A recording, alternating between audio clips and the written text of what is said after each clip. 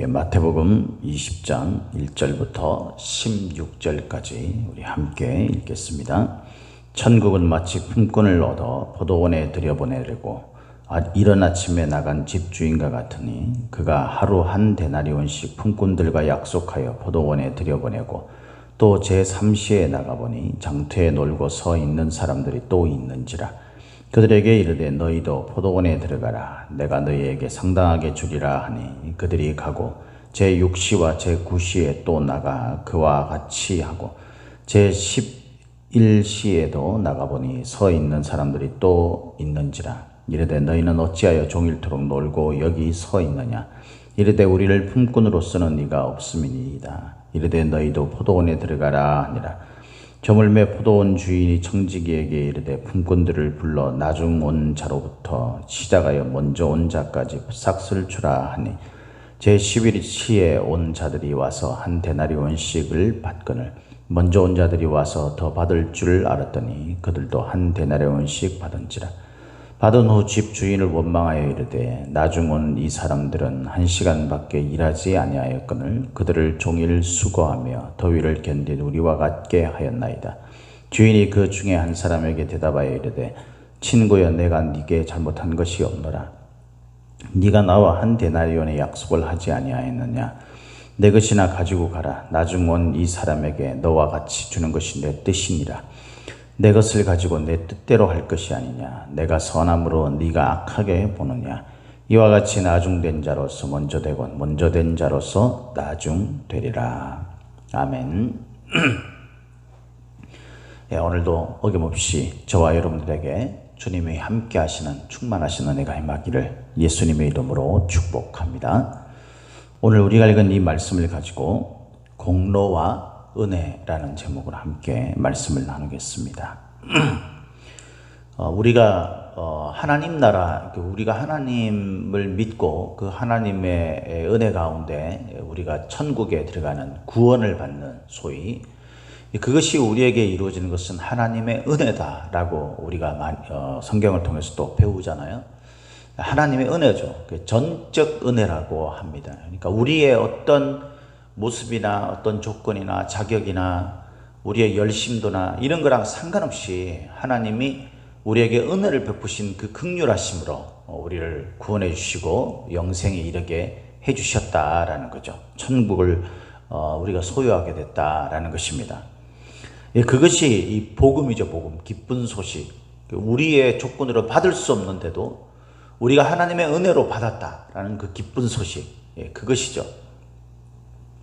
이를 위해서 예수 그리스도께서 오셨고 우리가 그 예수 그리스도를 믿는 믿음만 있다면 다른 어떤 조건들에 하나님께서 잣대를 대지 않으신다라는 거죠. 우리가 예수 그리스도와의 관계, 그분과 그 관계 속에서 우리가 예수님을 굳게 믿는 그 믿음이 있다면 우리가 할 수 없는 그 모든 것, 우리가 제거되어야 할 그 모든 죄악들, 이것들이 예수 그리스도의 십자가를 통해서 온전히 깨끗게 되어지고 또 가능케 되어진 그런 것이 바로 하나님의 은혜, 우리 복음의 핵심입니다. 그렇죠? 우리가 이 복음을 믿고 있는데 우리의 삶 속에 늘 우리가 어떤 공로, 우리가 노력하고 애쓴 것에 의해서 우리에게 어떤 것이 이루어지지 않을까 이렇게 생각을 합니다. 우리가 예수님께서 활동하시던 당시나 또 초대교회 사도 바울이 활동하던 그런 때, 이때의 그 시대에 대표적인 그런 이단 사설이 두 가지가 있었잖아요. 그것이 뭐냐면은 첫 번째는 이제 금욕주의죠. 율법을 중심으로 해서 철저히 율법을 지켜야 구원을 받는다라는 율법주의입니다. 반면에 또 소위 말해가지고 자유주의라는 것이 있었죠. 그래서 율법이나 이런 것들이 상관없이 우리는 하나님 앞에 그 죄 사함을 받은 존재, 하나님과 그 언약 관계에 있는 존재이기 때문에 우리가 뭔 짓을 하더라도 하나님의 은혜를 받을 수밖에 없다. 우린 구원을 받을 수밖에 없다. 그래서 상관없이 즐기면서 사는 거예요. 이것은 이제 방종하게 되고 이런 극단적인 두 가지 그 이단 사설이 있었죠. 그래서 이런 부분들에 대해서 이제 잘못되어진 그런 것들이 오늘날에도 우리 성도들의 그 신앙의 모습을 보면 많이 나타나게 됩니다. 어떤 사람은 막 죽으라고 주의 일을 위해서 봉사하고 헌신하고 막 이러는데도 불구하고 내가 하나님의 구원을 받았나 못 받았나 이런 데 대한 불확실함이 있는 겁니다. 그러니까 불안한 거죠. 그래서 열심히 하면서 남들에 대해서도 그런 잣대를 들이대고 자기 자신에 대해서도 이 하나님의 은혜를 누리지 못하면서 사는 그런 어떤 신앙생활 하는 사람이 있는 반면에 그냥 아무것도 안 하는데도 그냥 내가 교회 단지 왔다 갔다 하면서 자기 즐길 거 다 즐기고 자기 하고 싶은 거 다 하고 뭐 하나님과의 관계는 별로 생각하지 아니하고 주를 위해서 뭐 주님을 생각하며 주님의 뜻이 무엇인지를 뭐 관심조차 없이 그러면서도 내가 그냥 교회에 발을 들여놓고 기독교인이라는 자기 자신의 어떤 그런 생각 그거 하나만으로 나는 구원을 받게 될 것이다라는 막연한 생각을 가지는 그런 사람들이 있어요. 근데 그 모든 것들이 다 잘못된 것이죠. 성경이 우리에게 가르치는 예수 그리스도의 복음, 이 복음이 무엇인가? 그것은 이 우리의 행위냐 아니면은 뭐 우리가 하나님 앞에 받은 그 은혜, 그러므로 인해서 자유하는 그것이냐, 이 두 가지가 동떨어진 것이 아니라는 겁니다. 이 두 가지는 함께 우리에게 나타나야 되는 것입니다. 오늘 본문 말씀은 그것을 우리에게 말해주는 거예요. 오늘 말씀해 보니까 1절에 이렇게 이야기합니다. 천국은 마치 품꾼을 얻어 포도원에 들여보내려고 이른 아침에 나간 집 주인과 같다. 예수님이 이제 어디에 초점을 맞추느냐에 따라서 그 비유의 그 내용은 좀 다르죠. 그죠? 무엇이 주제가 되는지 좀 달라요. 그래서 오늘 말씀은요, 결론부터 이야기하면 은혜가 중심인 거죠. 그래서 은혜에 초점을 맞춘 거예요. 그럼에도 불구하고 오늘 말씀해 보니까 천국을 마치 품꾼을 얻어라고 되어 있습니다. 이 포도원이라는 것은 이제 천국을 비유하는 그런 거죠. 그러니까 기본 전제가 있는데 그게 뭐냐면 일하는 자예요. 일하는 자. 그러니까 우리가 하나님의 은혜를 입어서 하나님의 자녀가 되었다라는 것이 그저 우리에게 주어진 신앙적인 어떤 그런 펼쳐져 있는 그런 것들을 우리가 누리는 그것만이 아니라는 겁니다. 중요한 것은 우리가 하나님의 품꾼, 일꾼으로서 하나님께서 우리를 부르셨다라는 사실도 그것만이 아니라 그것도 우리에게 부여되어진 우리의 어떤 정체성을 이해하는 데 있어서 매우 중요한 것입니다. 그래서 일꾼이 이제 포도원에 들어가는 거예요. 이른 아침에 나간 집주인과 같다. 그러면서 그 집주인이 이제 이 일꾼들을 데리고 오려고 그렇게 합니다. 그러면서 그가 하루 한 데나리온씩, 이 데나리온이 이제 그 당시에 일꾼의 하루 품삯 정도예요. 달란트보다는 이제 그 양이 좀 그 가치가 적은 거죠, 훨씬. 근데 데나리온씩 품꾼들과 약속을 합니다. 그러니까 계약을 맺었다는 거예요. 계약 관계라는 거예요. 우리가 하나님의 언약 백성이라고 그러잖아요. 그 언약이라는 말 자체가 계약이라는 의미죠. 그러니까 우리가 하나님과 계약을 맺은 관계였어요. 그래서 이제 그 품꾼들이 계약을 맺은 상태로 이제 그 포도원에, 그 주인의 포도원에 와서 일을 합니다. 3시에 제3시라고 되어 있고 또 뭐 6시, 9시 뭐 이런 식으로 그 사람들 품꾼을 모으죠. 그리고 11시에 또 나가서 그렇게 되어 있습니다. 유대인들 사회에는요, 이 하루를 이제 그 아침 6시부터 그 저녁 6시까지를 하루로 봐요. 그러니까 낮만 이해를 하는 거죠. 일하는 그 시간 뭐 그런 정도. 그렇게 하면서 이 시간을 이제 쪼갭니다. 5개로 쪼개는데 이른 아침은 이제 오전 6시 정도를 말하는 거고, 그 다음에 3시는 이제 그 3시간 간격으로 해서 이제 9시 정도, 그리고 6시는 12시 정도, 9시는 오후 3시 정도입니다. 그리고 11시는 5시죠. 원래 3시간인데 12시가 돼야 되는데 이제 11시로 5시로. 왜냐하면 이때에 이제 불러야 일을 하죠. 그러니까 6시면 끝나는 거니까. 그러니까 그 정도 이제 일꾼들을 부릅니다. 불러가지고 다 한 데나리온씩 약속을 했어요. 근데 여기에 아주 중요한 사실 하나가 제시됩니다. 그것이 뭐냐면은 6절 말씀입니다. 6절에 보니까 이렇게 돼 있어요. 제11시에도 나가보니 서 있는 사람들이 또 있는지라 이르되 너희는 어찌하여 종일토록 놀고 여기 서 있느냐. 주인이 이제 아직 일하지 못하고 있는 그 일꾼들이 또 있어요. 그래서 그 일꾼들한테 물었습니다. 너는 왜 아직까지도 여기서 이러고 있냐? 일을 안 하냐? 라고 그렇게 물었더니 7절에 이렇게 말합니다. 이르되 우리를 품꾼으로 쓰는 이가 없습니다. 자기도 일하고 싶다는 거예요. 일하고 싶은데 기회가 제공되어지지 않았다라는 거죠. 그러면서 지금 어쩔 수 없이 놀고 있는 것입니다. 우리가 직장을 다니고 이런 사람들은 또 이해할 수 없을지 모르겠는데 이제 하루 그 노역을 하면서 일하면서 하루 품삯을 받는 그런 일을 하시는 분들도 있잖아요. 이런 분들은 이게 이제 이해가 되는 거죠. 일을 하고 싶어요. 성실히 일할 마음도 있고 내가 열심히 일해서 내 몫을 받고자 하는 마음이 있습니다. 그럼에도 불구하고 우리가 일하지 못하는 상황이 되는 경우가 많잖아요. 특히 요즘 코로나 같은 이런 상황 속에서는요. 내가 지금 우리 가정을 책임지고 내가 우리 가정의 재정에 올바르게 돌아가기 위해서는 일을 해야 되는데 상황이 그러지 못한 거예요. 이런 사람들을 돈이 있는 사람들, 특별히 채용의 권한이 있는 사람들이 볼 때에 어떤 마음이겠습니까? 우리에게 이익이 되는 그런 쪽으로 생각을 한다면 이 사람을 지금 불러서 내가 일을 시키면 품꾼으로 그렇게 일을 시키면 그러면 나한테 주인으로서 어떤 이해타산이 맞는가? 이것들 당연히 주인의 입장에서는 따지겠죠. 그리고 이해타산이 맞겠어요? 우리가 11시에도 나가보니라는 이 말은요, 주인이 품꾼을 데리러 간다라는 측면이라고 이해하기는 어렵습니다. 왜냐하면 남아있는 시간이 이제 겨우 한두 시간밖에 안 돼요. 이 사람들 데리고 와서 뭘 해봐요. 그게 뭐 어떤 게 있겠습니까? 단지 이 사람들에게는요, 그저 한 데나리온이고 그것보다도 훨씬 더 적은 그런 금액을 주고 나머지 남아있는 그 일을 빨리 급하게 처리해야 될 이런 일들을 시킬 수도 있는 것이죠. 이런 점에서 이 주인이 한 데나리온을 줄 이유는 없는 겁니다. 그런데 한 데나리온을 결과적으로 이야기하면 똑같이 받게 되죠. 처음부터 와서 일한 사람과 나중에 이 한두 시간 정도밖에 일하지 않는 이 사람이 동일하게 한 데나리온을 받습니다. 왜 이렇게 됐을까?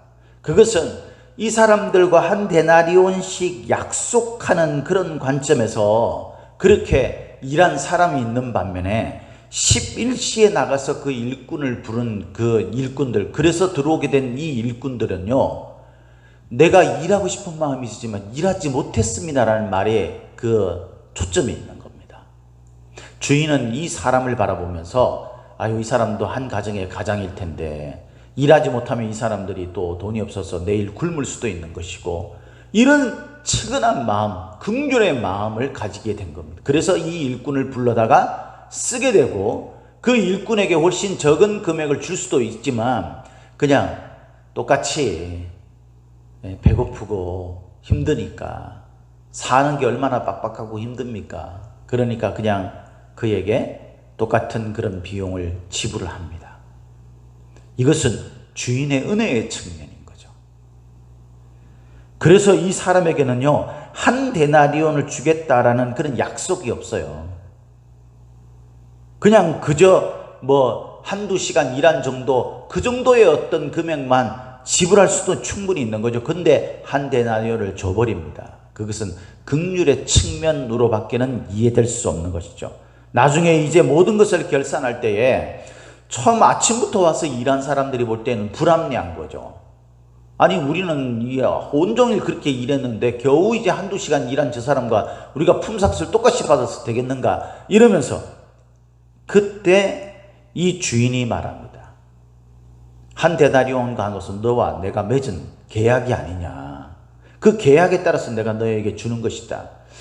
저는 이 말씀을 생각하면서 이런 생각을 해봤어요. 이 아침에 일찍 나와서 일한 이 사람이 주인에게 어떤 불쌍한 측면, 긍휼함의 측면을 보였다면 그에 따르는 보상이 아마 이루어졌을 겁니다. 이 주인이 긍휼을 베풀 수 있는 사람이라면, 예?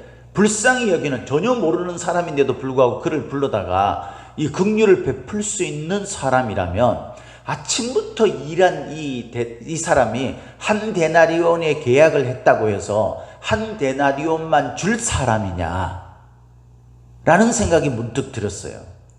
그래서 아마도 이 아침부터 일한 이 일꾼은 마치 한 가정에 장남과 차남이 아버지의 재산을 가지고 이야기하다가 차남이 재산을 가지고 나갔다가 다시 탕진하고 돌아온 탕자의 이야기가 있잖아요. 거기에 보면 장자의 이야기도 나오지 않습니까? 그가 내가 아버지의 일을 내가 맡아서 차남이 저러고 있을 때, 동생이 저러고 있을 때 내가 아버지의 일을 맡아서 지금까지 이렇게 일했는데 왜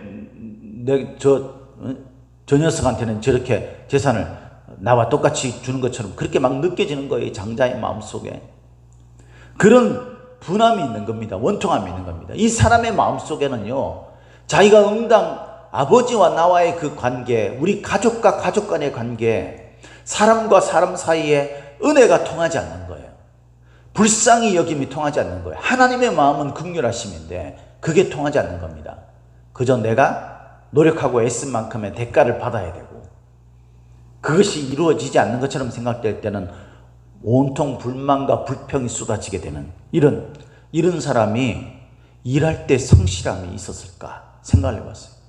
내 일처럼 했을까?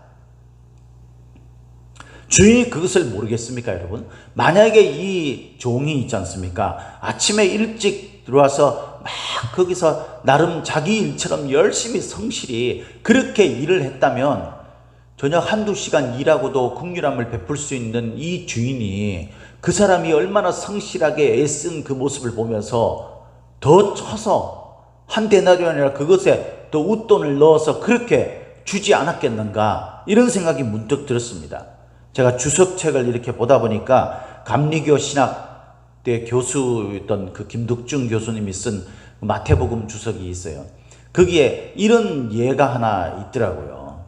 그 AD 325년경에요. 이 탈무드에 이 내용이 이제 기록되어 있는데, 거기 보면 랍비 헌바르 히자라는 그 랍비가 있대요. 이 랍비가 이제 그 젊은 나이 28살 나이에 죽은 겁니다. 그런데 이제 그 장례식을 치르는데 이 사람이 그 28살 나이에 젊은 나이에 죽었지만 수많은 업적과 정말 애씀이 대단했던가 봐요. 그래서 동료들이 모여가지고 이 장례식을 거대하게 그렇게 이제 치러주는 거예요. 거기에 랍비였던 이제 그 제라라는 그 랍비가 있는데, 이 랍비가 장례식에 이제 설교를 하게 됐어요. 그때 이 예수님께서 하셨던 이 비슷한 비유를 하신 거예요. 어떤 왕이 자기의 소위 말해가지고 이제 일꾼들을 많이 데리고 일하는 그런 그 왕이 있었는데, 이 왕이 보니까 어떤 사람이 그 성실성과 막 이런 기술 이런 게 대단한 거예요. 왕이 그 일하는 사람들 딱 보니까 한 사람이 굉장히 뛰어난 거예요. 다른 사람 다 놀 때 막 쉴 때 이 사람은 막 열심히, 그러니까 다른 사람들이 막 몫을까지 다 할 정도로. 그래서 한 2시간 정도 그렇게 일하는 그 모습을 지켜보다가 그 사람을 데리고 나가서 이제 산책도 시켜주고, 그러면서 이런저런 얘기도 나눠주고 위로도 해주고 격려도 해주고 이런 이야기를 나누며 산책을 한 거예요. 그 다른 일꾼들은 보기에 열받는 거죠. 쟤는 왜 2시간밖에 일하지 않고 저렇게 하고 있는가. 그런 그 비유를 들면서 이제 이 랍비였던 28살에 죽은 그 히자, 그 번바르 히자라는 이 랍비, 이 사람의 업적이 28살 정도밖에는 되지 않았지만 다른 나이 많으신 랍비들에 비해서 결코 뒤지지 않는다, 이런 이야기를 한 거죠. 여러분, 우리가 어떤 짧은 시간밖에는 일할 수 없는 상황이 생길 수도 있는 거잖아요. 우리에게 주어진 여건이요, 우리가 정말 뭔가 대단한 것들을 이루어갈 수 있는 그럴 만한 여건들이 되지 못할 경우도 있는 거예요. 그런데 그때 우리가 얼마나 성실하게 그 일들을 감당하느냐, 그것은 굉장히 중요한 문제입니다. 왜냐하면 이것을 통해서 수많은 그런 그 결과들을 나타낼 수 있고, 또 하나님도 그에 따르는 우리들의 그 성실과 우리들의 그 애씀을 주님께서 분명히 오늘 말씀해 보면 보상을 해 주신다고 그랬어요. 그죠? 그 성경을 우리가 읽어보면 하나님은 우리가 행한 행위에 대한 보상을 주시는 분이세요. 그럼에도 불구하고 우리가 주님과의 관계에서 우리가 영생을 얻느냐, 구원을 얻느냐, 우리의 믿음의 가장 기본적인, 우리의 구원의 그 가장 기본적인 원리는 뭐냐면요, 하나님의 긍휼인 겁니다. 은혜인 겁니다. 나같이 그럴 만한 조건이 못 되는, 겨우 2시간밖에 일하지 못한 그런 그러고 싶어도 그러지 못할 수밖에 없었던 그런 나의 여건들, 이런 모든 상황들을 아시는 주님께서는요, 우리에게 은혜를 베풀어 주셔서 우리가 받을 수 없는 분량의 그 은혜의 결과들을 우리에게 주시는, 그것이 바로 구원이죠. 구원. 우리에게 이 마음이 있어야 우리가 뭘 하냐면요, 주의 일을 감당하는 데 있어서 우리가 기쁨으로 이 일을 감당할 수가 있어요. 공로에 의지하게 되면요, 대가에 따르는 평가가 이루어지게 됩니다. 그죠? 우리가 내가 이렇게 했는데 하나님이 나한테 이렇게 하셔? 마치 여기 이 한 데나리온, 아침부터 와서 일한 이 일꾼들이 불평을 쏟아내는 것처럼 한 데나리온을 내가 벌었구나라는 그런 데 대한 감사가 없이 다른 사람과 비교하면서 늘 그렇게 사는 사람들이 있죠. 저나 여러분들이 다른 사람은 저러는데 나는 왜 이래? 이런 사람들. 반면에 내가 가진 것들이 은혜인 줄 모르고 사는 사람들은요, 자기에게 있는 것들을 가지고 자기 만족을 위해서 사용하는데, 허비하는데 끝내버립니다. 이 모든 것들은 우리가 하나님과 우리와의 관계에 있어서 은혜의 원리를 모르기 때문에, 이것이 하나님과 우리와의 관계의 핵심인데, 이 은혜를 놓치는 사람들은 교회 일을 하면서 주께서 맡기신 일들을 감당하면서도 늘 마음속에 불평과 하기 싫음과 이런 것들이 있는 거예요. 섬김은요, 기쁨이 있어야 돼요. 기쁨이. 섬기면서 기쁨이 있어야 그 섬김이 우리에게 힘이 되고 오히려 위로가 되는 것입니다. 이것이 짐처럼 생각하고 계약처럼 생각하면 우리가 이 일을 하면서도, 하루 종일 이 일을 하면서도 떼약빛에 일하면 떼약빛이라고 불평을 하고, 나중에 거기에 대한 보상이 주어져도 이것이 작다고 불평하는 거예요. 조금만 나에게 뒤틀리는 어떤 일들이 생기게 되면요, 불평이 쏟아지게 되는 거예요. 그러니까 신앙생활에 은혜가 없는 거예요. 한마디로 말해서 기쁨이 없는 거죠. 그러니까 늘 이런 사람은 신앙생활이 버겁고 힘들고 가급적이면 하고 싶지 않고 이러는 거죠. 여러분, 하나님은 저와 여러분들에게 은혜를 베푸시는 분이에요.